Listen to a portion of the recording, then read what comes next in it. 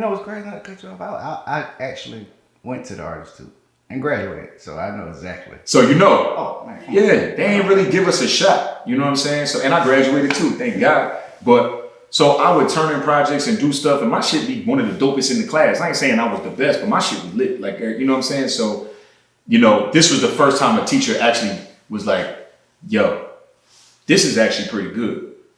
You might want to play with this a little bit more and develop it. So I'm like, damn, for real? You're like, yes. I'm like, all right, cool. That was the first time a teacher ever made me feel like you accomplished it. Yeah, so that kind of put a little battery in my back, and I was like, damn, all right. So I kind of just, this is back in like 01 or 2000, really, 2000. So off and on, I'm doing music, I'm DJing, but I always just kept coming up with these stories in my head with these damn roaches. Like it wouldn't go away. So every time I had an idea, I just write it down or I draw a little thing or whatever. So it just started building and building, and it just, I just got addicted to it. You know what I'm saying? I ended up building this whole world, and I found myself working on this more than anything. Mm-hmm. I wasn't practicing DJing. I didn't care about the new music. I wasn't rapping. I wasn't listening to beats. I was just drawing and writing. And I was like, damn, I want to do this. This is what I want to do. Then the Boondocks came out, and I was like, oh shit. Like, real niggas can have a real nigga cartoon for real and it be on TV. Mm-hmm. Now I'm going extra hard. Like, I'm gonna be on Adult Swim. This is what I want. So I just never stopped, and it kept going and going. And then, I'm gonna be long-winded because it's a long story. I try to keep it short, but it got to the point where I won this competition in Miami. It's called Pitch to the Industry. So went to Miami, put my own money up. This is something I want to preach to everybody watching too. Everything I ever did, I always put my own money up. Oh yeah. Nobody never gave me shit. Not because they didn't want to. I never asked because I'm just not the type. Like, if somebody want to throw me something, cool. But I've always been independent. Like, I'm really from the school of like Master P and Dame Dash and these are the people that I look up to. Tyler Perry. Like, I'm about that. You know what I mean? So whatever I do to get my money, whatever I was doing, I put it into myself. You know what I'm saying? Because ain't nobody, if you don't bet on yourself, how somebody else gonna bet on you? So I saw this competition, flew myself out to Miami. I auditioned. I won the auditions. I went out there and I did my pitch. And I'm pitching to it's like a person from Disney, a person from Warner Brothers, and another big person in the animation industry.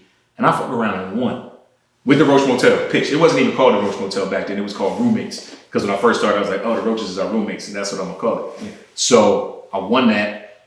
That made me say, like, damn, okay. And the people I was going against was fire. You know what I'm saying? Like, it was motherfuckers from overseas in that competition that flew from Europe to come, and they were cold. So I'm like, damn, I won.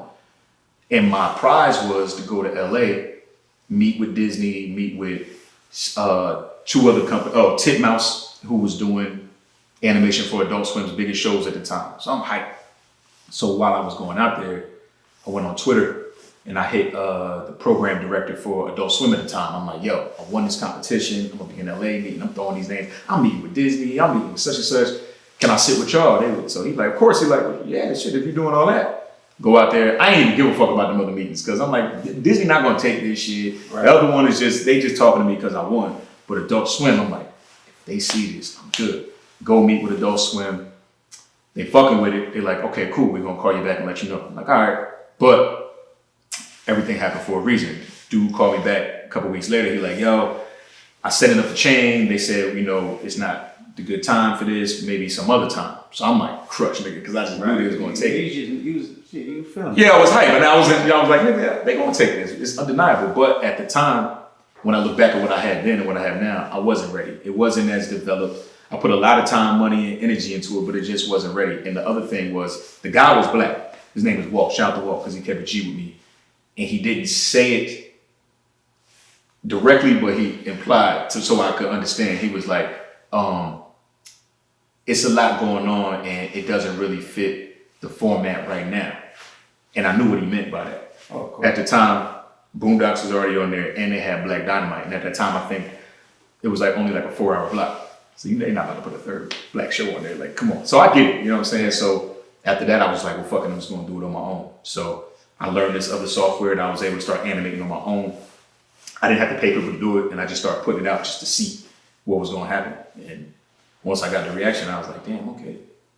people fuck with it like I fuck with it. So I just kept doing it. Fucking exploded, bro. Yeah. And now you got a couple of extra guests. Yeah. You know, and The bros. and that shit is next level, bro. I was super like fucking proud after I said, oh shit. Now it's time. Like now it's about to get serious and niggas got to understand what the fuck 50 standing for. You know what I'm saying? Like, hey, so you got the guys from the 85 South Show, which is what's his name, Carlos Miller, DC Young Fly, and I got Chico Bean, and Clayton English. And Clayton English. All of them. All Yeah. of them, the whole cast. The whole cast. So how did that come about? Like, did you guys already know each other or did it just... No, it's God, man. It's like, this is just another testament. It's like what I believe. Like, if you pray for stuff and you really just keep working hard, God gonna put you in positions. Like, even my prayers be different. I'll be like, I pray for opportunities first, and then I pray like, if God send me these opportunities, I pray that I'm able to maneuver and leverage them in the right way so I don't waste them. Because I wasted opportunities back in the day. I was standoffish. We was talking about that on camera. Like, I'm a cool ass nigga, but I'm not really a people person. People think I am, but I don't really like. A lot of people think DJs, just because we DJs, people. Yeah, I don't even want to talk to everybody, bro. Like, if it ain't about some money or I can learn something from you or whatever, like, I ain't, you know. So I learned to, you know, not waste opportunities. So it was just roundabout. Okay, so this is how shit come full circle. I want to bring it back. So my man Big, who I was supposed to battle back in college, right? His name is David Rush. Me and him became like best friends. So when I first did the first Roach Motel clip that we put out was the Roach Motel Cypher. Yeah, I remember that. And I called him. Me and him was rapping together. He's okay. I know I can rap my ass off, but this nigga's like a musical genius. Like, he can sing, write, dance. Like, he's amazing. Look him up, David Rush. I plug my bro. So when we first did it, I was like, yo, I'm gonna play Ray, but I need you. He's talented. He can act and everything. I was like, I need you to play Roscoe and Rico. So Roscoe was a Puerto Rican roach, and Rico is from Atlanta. So, but I know he could do it. So we did it first. When we first did it, I'm like, oh, nigga, this is crazy. So we did the cypher. We went crazy. We started putting them out. When we used to rap in a studio in Stone Mountain back in the day, it was a dude named Sounds, producer named Sounds. Look him up. He's crazy. He goes by BMW Kenny now, but he's got placements with Beyonce, Usher. He actually did one of my biggest records. One of my biggest records, Looking For You, was supposed to be an Usher record, but Sounds fucked with me so tough, he was like, I'm gonna let you fuck with this. That's the one, the Lambo? Yeah, with the Lambo, yeah. Okay. And if you look at it now, you're like, I'm on point. You are on point, my nigga, yeah. So Looking For You, that was supposed to be an Usher record. We actually recorded that at Usher crib on a late night. It wasn't even supposed to be in there. You know what I'm saying? But we thugged it and we make it happen. But Sounds, so when we was recording with Sounds, it was a MC in there from Jersey named Berg. I kind of knew Berg, kind of like in passing, but him and Big was cool. So he's actually Lala Anthony's brother. So fast forward all these years later, we put out the first couple clips. Berg runs into a guy named Chad at a networking event out here.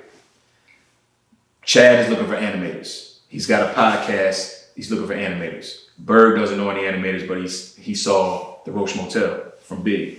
Berg calls Big calls me, yo, call this number, dude looking for animators. Cool. Call Chad. Chad's like, can we meet?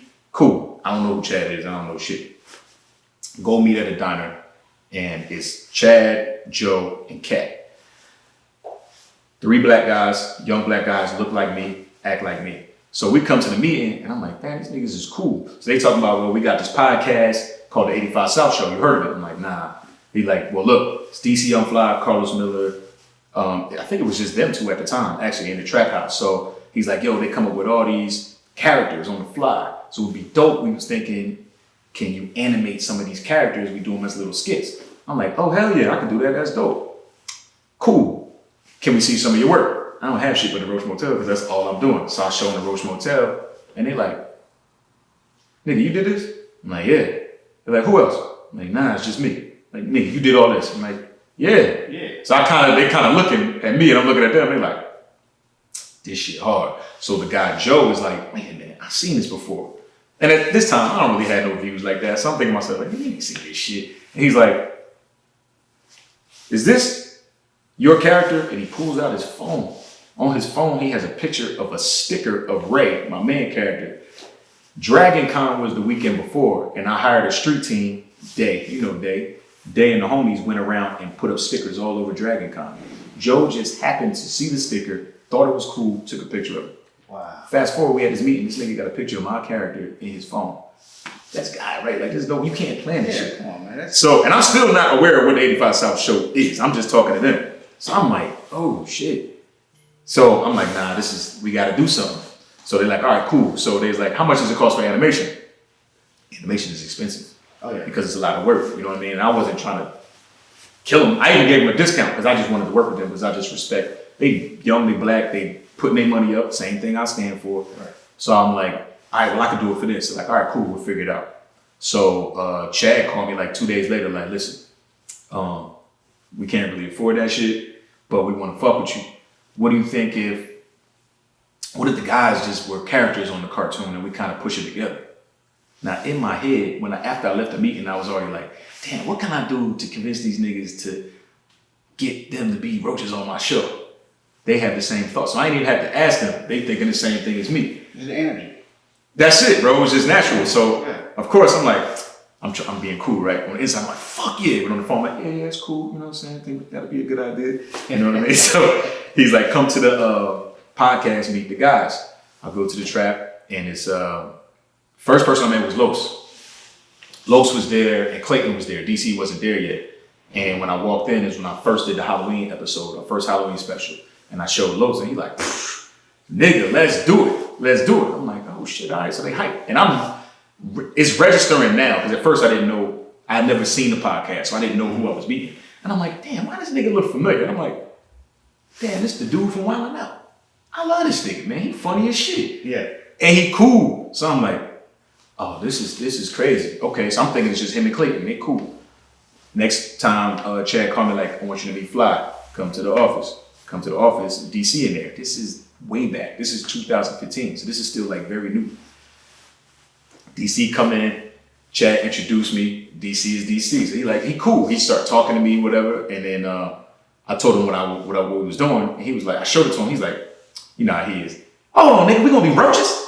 Shit, nigga, I know roaches. Now I know I fuck with roaches. I'm like, oh, hell yeah. So it was just like that. Like, the energy was good. It was all organic. And then first time we got in the studio and put one together, I'm like, nigga, this is lightning in a bottle. So they loved it like I loved it. So one thing I respect about them is they never asked me for no money, for nothing. I would have gladly paid them. You know what I'm saying? Because it's worth it to me. But for them to even believe, it was priceless. You know what I'm saying? So every time I call them, to this day, like they've grown and grown and grown, but as long as they're not busy, they show up for me. They never tell me no. The only time niggas ever told me no is if they just was not physically able to come. You know what I'm saying? So I just respect them for that. So yeah, man, I got a lot of respect for them dudes. The whole company, man, like, because they stand for the same thing I stand for. It's black owned, it's independent, it's put your money up, invest in yourself, flip it back, put it back into yourself, grow, fuck with your fans, be organic. So yeah, man, it's just same. Yeah, for sure. Yeah. And man, DC, you know, I did one of his, a few of it. I think his first few mixtapes and shit. So I was part of that situation. That's dope. They were archived. I have them, you pulled them out, man. Yeah, and it was, you know what I'm saying. And I was able to, you know, meet him and work with him while he was on the come up shit. You know, when he was still just extra hungry. But to see what he had now, it's a blessing, man. I'm proud of DC. Dog, it's inspiring because it's inspiring. It is. Like, even with them, when I was coming around, like I said, it was just a podcast. So to watch it grow to what it is now, and I seen the whole thing. It's fucking huge. But just how kind of like you was with me, like you knew the Roach Motel was going to be the shit when you first saw it.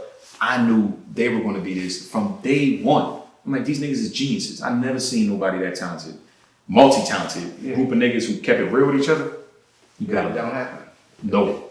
And then now I see, you know, you able to. You on stage and shit with you know, you're the DJ for the 85 South show. Yeah, I'm a tour DJ. Yeah, you fucking right. Yeah. You know what I'm saying? So that shit, man, I'm so proud of you, bro. Like, because we both, you know, we came in as youngins, you know what I'm saying? Just we come into a situation and we just watched each other just grow and do different things that, you know, that people dream of doing. You know, people that dream of doing the shit we done did. You know we blessed, bro. I don't take it for granted. You know I don't. You know, I was fortunate, you know, to go across the world with Akon and all of this shit, and you've been, bro, we've been doing some shit That was crazy when you did that too. Oh, I'm like, this nigga Africa with 8 colors. You know what I'm saying? We just been able to do this shit, and it's a blessing to live the way we live and do the things we love for a living. Yeah. You know? So, man. That's the key to life, though, dog. Oh yeah, man. If you do the things you love for a living, you never work in your life. You know, so and this don't feel like work. You know, even though we work. No, we working asses off. Working our ass off, but you know. I'd rather be doing this than shoveling shit. You feel me? So, what can we expect for like the future, man? What's some of your plans? It's really just it's building this empire, right? So it started from like I look up to like Walt Disney and Ted Turner, like this is and Tyler Perry, like this is the blueprint I'm trying to follow. So it's about this IP, like this intellectual property that I built. It has to grow. So outside of the cartoon, we just started the Roach Motel merchandise company. So we got the glow in the dark Crocs, we got merch, we got ashtrays, we got the plush toys that just came out. So it's building this brand on the merch side, being a full merchandise company to where other people can actually come up under me and I can say, listen, man, you want to build your brand. If you need toys made, you need this made, they can come through me and my company can facilitate other people's brands too. As even with the clothing line, I'm the creative director at 85 South too. So I do their merch too. Right. You know what I mean? So from everything, from the beginning to the end of that. So it's more about just building this empire for the Roach Motel. And then the goal, honestly, is to do this independent film. Like, all of this has always been to do this movie. Because people are like, oh, why you ain't on Netflix? Or why you, like, I don't want to go to that. Like, people don't understand. Like, the term is you're selling your show. I'm not selling shit. You know how much money and time I put into this? I'm not selling anything. So the goal is to get this bread up, do this independent film with 85. We do this Roach Motel movie. We put it out independently and then licenses out. We can license it to Netflix and Hulu, whoever else want to license it. And that's exactly that's the shit. Because it's your intellectual property. Dog. Like my kids supposed to eat off this. Exactly. You know what I mean? Like it may be, people may look at it as a ghetto show, but nah, man, it's a full story that speaks to the culture, and this is something that can live forever. Like I could do a part 1 and part 2. Like I thought this through 10 years from now. Like what people are seeing is stuff that I was already thinking about 5 years ago. So when I'm able to really catch up, or when they're able to catch up with the content that I put out, then it's gonna go crazy. So yeah, that's what I'm looking for, bro. I'm looking like I want the Marvel universe of niggas and cartoons. For sure, man. We're gonna wrap it up, man. Thank you, Philly, man. We got to do this again, bro. Yeah, bro. Thanks for having me, man. Bro, I'm so fucking happy you came through, bro. You don't even understand, man. Shout out to you, man. Thank you for coming through, bro. I really appreciate this interview, bro, because you know what I'm saying? We've been talking about this shit for a minute. Yeah, it's overdue. We missed each other a couple times. We finally here and we got it done, man. And I'm extra happy you came through. We got to do this again, like I said. And man, bro, thank you, man. My dog, man. It's love, man. Thank you. Shit. So what can they find you at? You on the gram for music is DJ_Filthy_Rich on everything. And for the Roach Motel is Roach Motel TV. And y'all can find me in the metaverse. I'm in the metaverse. So if you go on the Roach Motel metaverse.com, it's a link that'll take you right to my building in the metaverse. And it's I have a Roach Motel NFT museum in the metaverse dedicated to the Roach Motel, but each floor has a different thing. So if you walk in, my store is on the first floor. The second floor, you can watch all the episodes on the walls. You can walk around, click them. Third floor is my 85 South Show lounge. You can watch the 85 South Show. Fourth floor is my DJ Filthy Rich floor. We got mixtapes, we got music. I got the first 24-hour radio station in the metaverse that is registered with MediaBase, so your spins count. So all you artists out there, if you want your shit in rotation in the metaverse, which touches the world. I just had some people in Japan in my building the other day. You want to touch the world, the Roach Motel metaverse.com. Futuristic, man. Fuck with your boy. I'm probably gonna release my movie in the metaverse, man. Fuck with me. You never know. You don't know what we gonna do. Amen. That was dope. That was dope, bro. Thank you, man.